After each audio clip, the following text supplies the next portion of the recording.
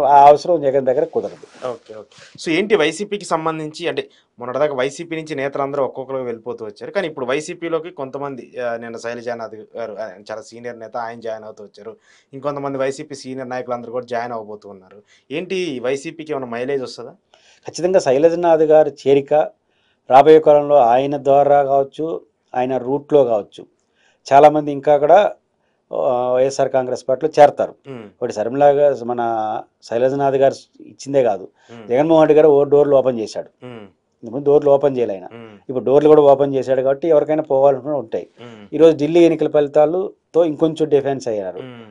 కాబట్టి ఈ భవిష్యత్తులో ఆంధ్రప్రదేశ్లో లేకపోవడం, ఢిల్లీలో పరిణామాలు చూసిన తర్వాత జగన్మోహన్ రెడ్డి ఒక బలమైన ప్రతిపక్ష నాయకుడిగా ఉన్నాడు కాబట్టి హ్మ్. ఇప్పుడు జగన్ గారితో కలవడానికి పెద్ద ఇబ్బంది ఏం లేదు. రాజశేఖర్ కొడుకు అంతా కాదు, జగన్తో సహా అందరూ కాంగ్రెస్ వాళ్ళే ఆడ, అవును. ఇంక్లూడింగ్ జగన్ కూడా ఫస్ట్ ఎంపీ కాంగ్రెస్సే కదా. హ్మ్. కాంగ్రెస్ బ్లడ్ కలవడం పెద్ద ఇబ్బంది ఉండదు వాళ్ళకి. ఇంకో ఓకే. పార్టీ బాగుంటే సమస్య వస్తుంది, హ్మ్. పుట్టింటి పోయినట్టే ఉంటుంది. హ్మ్. కాబట్టి శైలజనాథ్ గారు వెళ్ళడం శైలజనాథ్ గారికి కూడా మంచిది. హ్మ్. ఇక్కడ శైలజనాథ్ గారు మంచి వాయిస్, సమర్థుడు.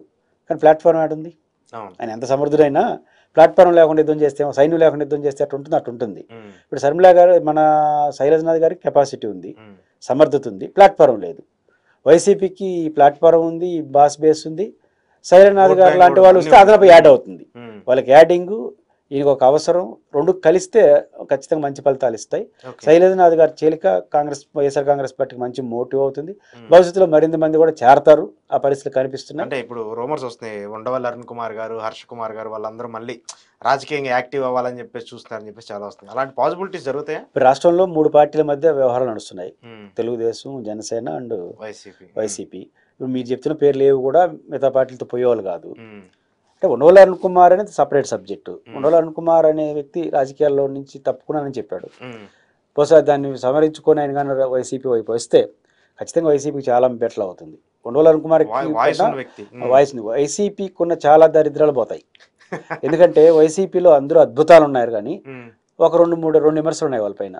ఒకటి విచ్చలవిడిగా మాట్లాడే వాళ్ళు ఎక్కువైనారు హ్మ్. వాళ్ళని తిట్టడం కోసం అని. హ్మ్. కానీ ఉండవల్లి అరుణ్ కుమార్ ఎఫెక్టివ్గా మాట్లాడతాడు, సబ్జెక్ట్ ఓరియెంటెడ్ సబ్జెక్ట్ మాట్లాడతాడు. హ్మ్. అది మంచి ఇమేజ్ ఇస్తుంది. హ్మ్. దాంతోపాటు వైసీపీలో తిట్టే బ్యాచ్ ఉంటుంది కదా, హ్మ్. వాళ్ళందరికీ ఉండవల్లి అరుణ్ కుమార్ చూసిన తర్వాత తిట్ట కదా మాట్లాడాలి మనం, హ్మ్. వాళ్ళకి అందరికి క్లాసులు చూపించుకోవచ్చు, వాళ్ళకి అడ్వైజ్ చేయొచ్చు, హ్మ్. ఎట్లా మాట్లాడాలి మీడియాతో ఇన్పుట్స్ ఇవ్వచ్చు. హ్మ్. ఆయన మాట్లాడే సంవత్సరంలో ఆయన హెడ్ క్వార్టర్లోనే అన్న కూర్చుంటే వాళ్ళు స్పోక్స్ పర్సన్ 20-30 మంది ఉంటే ఒక సబ్జెక్ట్ కొత్తగా వస్తుంది, హ్మ్. దాన్ని అనలైజ్ చేసుకుని నోట్ ఆయనకి ఇచ్చారని కూడా అద్భుతంగా మాట్లాడతారు. హ్మ్. ఆ రకంగా వాయిస్కి వాయిస్ అవుతాడు. హ్మ్.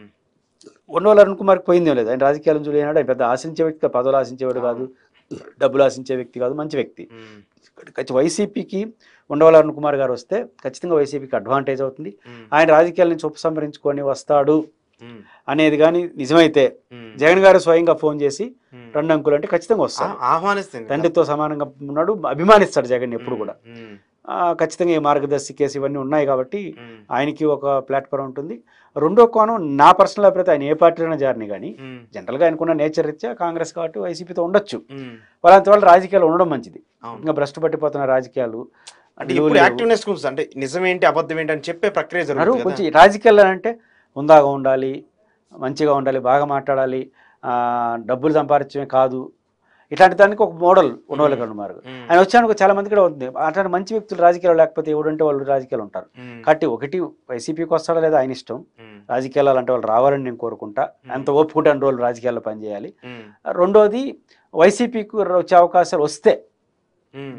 ఆయనకి బెటరు, వచ్చే అవకాశం ఉంటే ఆయనకి రాజకీయాల్లో వైసీపీకి వస్తాడు, అయితే కాంగ్రెస్కి పోతాడు, హ్మ్. ఆయన ఇంకో పార్టీకి పోలేడు. ఇంకో పార్టీలో ఇంకెక్కడ ఉండదు రెండోది, కదా! హ్మ్. వైసీపీలో ఇంకొక సమస్య పెడుతుందంటే జగన్మోహన్ రెడ్డి గారు నిర్మోహమాటంగా చెప్పేవాళ్ళు తక్కువ లేరు అనేది ఒక విమర్శ ఒక ఉంది. హ్మ్. అంటే ఈయన చెప్తాడు, అవును. హ్మ్. రాజశేఖర్ రెడ్డి గారు చెప్పినా ఈయనకి చెప్తాడు, వినకపోతే అది వాళ్ళ ఇష్టం. హ్మ్. కాబట్టి అది కూడా ఒక అసెట్ అవుతుంది. కాబట్టి ఉండవల్లి అరుణ్ కుమార్ గారు హ్మ్. వైసీపీలో చేరితే ఆయనకి మంచిదే, ఆయన పదవులు అవి వస్తాయని కాదు, ఆయనకి ఆ ఆశలు లేవు. బట్ ఆయన కూడా మంచి ప్లాట్ఫారం దొరికితే ఆయన అనుకున్న ఆశలు ముందు తీసుకోవడానికి ప్రయత్నిస్తారు. హ్మ్. రాజశేఖర రెడ్డి గారు అత్యంత త్రికరణ శుద్ధిగా ప్రేమించిన వ్యక్తి ఆయన. చాలా దగ్గరగా ఉండి చూసిన కాబట్టి వాళ్ళు. ఆయన హ్మ్. వస్తే రాజశేఖర రెడ్డి గారు తిరిగి వచ్చినాడా హ్మ్. వైసీపీలో కన్నంత ఫీలింగ్ జనానికి కలుగుతుంది. హ్మ్. ఏ ఒక్క వైసీపీ కార్యకర్తలు ఆయన ఏమనరు. హ్మ్. కాబట్టి ఖచ్చితంగా ఆయన వస్తే మాత్రం అద్భుతాలు దొరుకుతాయి. దానికోసం వైఎస్ ప్రయత్నించడం మంచిదే. హ్మ్. ఆయన ఎన్ని ఓట్లు ఉన్నాయి, 100 ఓట్లు ఉన్నాయి, ఇది కాదు. ఒక హ్మ్. మనిషికి ఒక విలువ ఉంటుంది. హ్మ్. ఖచ్చితంగా జగన్ గారు దాన్ని ఆ వార్తలు నిజం చేస్తే వాళ్ళ పార్టీకి మంచిది. ఓకే. ఓకే. అంటే కాంగ్రెస్ 10 ఏళ్ల పాటు సైలెంట్‌గా ఉంది. సీనియర్ నేతలందరూ కూడా ఎక్కడ పెద్ద యాక్టివ్‌గా లేదు. సో, ఇప్పుడు మళ్ళీ వాళ్ళు యాక్టివ్ అవ్వాలనుకుంటున్నప్పుడు అటు టీడీపీకి వెళ్ళే పరిస్థితి లేదు. జనసేనకి వెళ్ళే ఎందుకంటే వాళ్ళందరూ కూడా ఎన్‌డీఏ వ్యతిరేక భావజాలం ఉన్నటువంటి పార్టీలకు సంబంధించి కదా! సో, అప్పుడు ఆపోజిట్‌గా ఖచ్చితంగా వైసీపీ అడ్వాంటేజ్‌గా మారే అవకాశం ఉంటది కదా! ఖచ్చితంగా ఇప్పుడు మారుతుంది. వాళ్ళు అట్లే ఉంటారు. హ్మ్. ఎందుకంటే ఇక్కడ ఇమ్మలేరు. హ్మ్. వైసీపీలోనే ఇమ్మడగలరు. హ్మ్. ఎందుకంటే వైసీపీలో కాంగ్రెస్ లక్షణాలన్నీ ఉన్నాయి. హ్మ్. ఆడి నుంచి వచ్చినోళ్ళు. హ్మ్. జగన్ గారు రాజశేఖర్ కొడుకు. వీళ్ళు అమితంగా ఇష్టపడే వ్యక్తి. హ్మ్. ఇష్టపడే వ్యక్తి పోవడానికి పెద్ద ఇబ్బంది ఉండదు. హ్మ్. కాబట్టి ఖచ్చితంగా వీళ్ళు కాంగ్రెస్‌లో పోవడానికి రెండోది వాళ్ళు వారసులు వచ్చేసారు చాలా మందికి. అవును. వాళ్ళకి మంచి భవిష్యత్తు ఉంటుంది. జగన్‌తో అటాచ్ చేసేయొచ్చు. హ్మ్. వీళ్ళు అడ్వైజర్స్‌గా ఉండొచ్చు పార్టీకి. హ్మ్. ఇక్కడ ఖచ్చితంగా కాంగ్రెస్ నుంచి ఎవరైనా రావాలంటే ఫస్ట్ ఆప్షన్ ఖచ్చితంగా వైసీపీ. వైసీపీ అవుతుంది. హ్మ్. రెండోది అధికారంలో కూడా లేరు కాబట్టి అధికారంలో ఉండేవాడు చేర్చుకోవడానికి కూడా పరిమితులు ఉంటాయి. ఆ హ్మ్. పవర్ ఉందట వచ్చారులే అనుకుంటారు. హ్మ్. ఇక్కడ పనిచేసే అవకాశం. కాబట్టి ఎవరు వచ్చినా ఇప్పుడు పనిచేసి 4 ఏళ్ళు పనిచేస్తే భవిష్యత్తు ఉంటుంది. హ్మ్. అంటే వాళ్ళ గౌరవాన్ని రావాలని కూడా అపోజిషన్‌లో ఉండాలి. ఓకే. ఏ అపోజిషన్ ఉండదు. కాంగ్రెస్‌లో ఉంటారా, ఇంకో వైసీపీలో దాంట్లో ఉంటారా, ఇంకో కమ్యూనిస్టులు ఉంటారా హ్మ్. వాళ్ళ ఇష్టం గానీ అపోజిషన్ అనేది కాంగ్రెస్‌కి మంచిది. హ్మ్.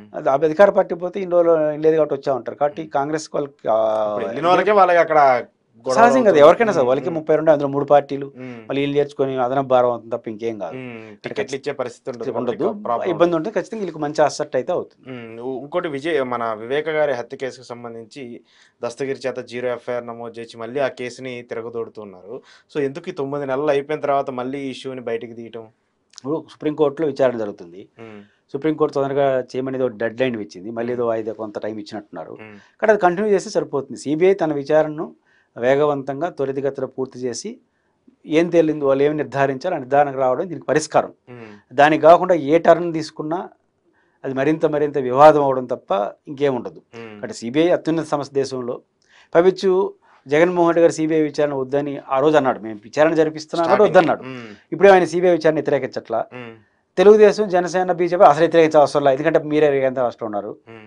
కాబట్టి ఇప్పుడు సునీత గారు ఎవరైనా సరే ఇంక దాన్ని అభ్యంతరం చెప్పేదానికి అవకాశం లేదు. ఎందుకంటే మీరు పవర్‌లో ఉన్నారు. అంటే అవును. మీరంటే మీకు ఆ రోజు సపోర్ట్ చేసినోళ్ళు. హ్మ్. కాబట్టి సీబీఐ విచారణ త్వరగా పూర్తి చేసి నిజానిజాలని మంచి చెడ్డలను వాళ్ళు చెప్పడం తప్ప హ్మ్. దీనికి ఒక పరిష్కారంలా చేయకపోతే ఇట్లాంటి కొత్త వచ్చి కాంప్లికేటెడ్ అయ్యే అవకాశాలు ఉంటాయి. ఓకే. ఓకే. సో, ఏంటి కంక్లూడ్ చేస్తూ ఈ ఢిల్లీ ఎలక్షన్స్‌కి సంబంధించి రిజల్ట్ చూసిన తర్వాత అంటే రాష్ట్ర పార్టీలన్నీ గూడా కనుమరుగయ్యే పరిస్థితులకొచ్చేసాయా? అట్టేం కాదు. ఇప్పుడు ఆప్ అనేది ఇప్పుడు జాతీయ పార్టీ కదా! పంజాబ్‌లో హ్మ్. అధికారంలో ఉన్నారు. హ్మ్. చాలా హ్మ్. రాష్ట్రాలు హ్మ్. ఉన్నారు.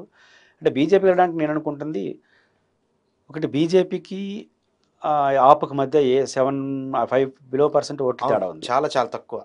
కానీ కాంగ్రెస్‌కి 7, 8% వచ్చింది. 6.7 వచ్చింది వాళ్ళకి. హ్మ్. వచ్చింది. అవి వీళ్ళు కలిసుంటే ఫలితం యాడ్ ఇంకో అయ్యేది. రకంగా హ్మ్. ఉండేది. హ్మ్. గెలుపోవటం మారిపోయింటాయి. హ్మ్. కాబట్టి కాంగ్రెస్ కలవకపోవడం కాంగ్రెస్ తప్పు ఎంతంటే వాళ్ళు పరిశీలించుకోవాలి. హ్మ్. ఎవరున్నారు వచ్చేవాళ్ళని అడమెంట్‌గా కుదరదంటే కుదరదు. హ్మ్. రెండోది ఆయన మీద కేసులు. అవును. కేసులు ఫస్ట్ దశలో ఎట్లుందంటే, అయ్యో! అవినీతికి వ్యతిరేకంగా పోరాడిన బరణంబాజ్‌ని అరెస్ట్ చేసేసినారా హ్మ్. వచ్చింది. మెల్లిగా సిపోడి వరుసగా 5, 6 మంది జైల్లో ఉండడం. హ్మ్. వీళ్ళేమైనా చేశారో అనుమానానికి కూడా దారితీసింది. ఓకే. నిజంగా ఇప్పుడు జరిగేదుండిద్ది. హ్మ్. మిగతా రాజకీయ పార్టీలు అనుమానం వ్యక్తం చేసినా, లేదా మిగతా రాజకీయ పార్టీల్లో అవినీతి చూసినా పెద్ద పడదు. హ్మ్. ఈయన పునాదే అవినీతికి వ్యతిరేక పోరాటం. అవును. వాళ్ళ మీద ఒత్తిడి ప్రజల్లో ఏరియా యాక్షన్ వచ్చేస్తుంది. హ్మ్. అది కూడా కొంత పని చేసినట్టుగా అనుకుంటున్నాను. హ్మ్. రెండోది ఈ గవర్నరు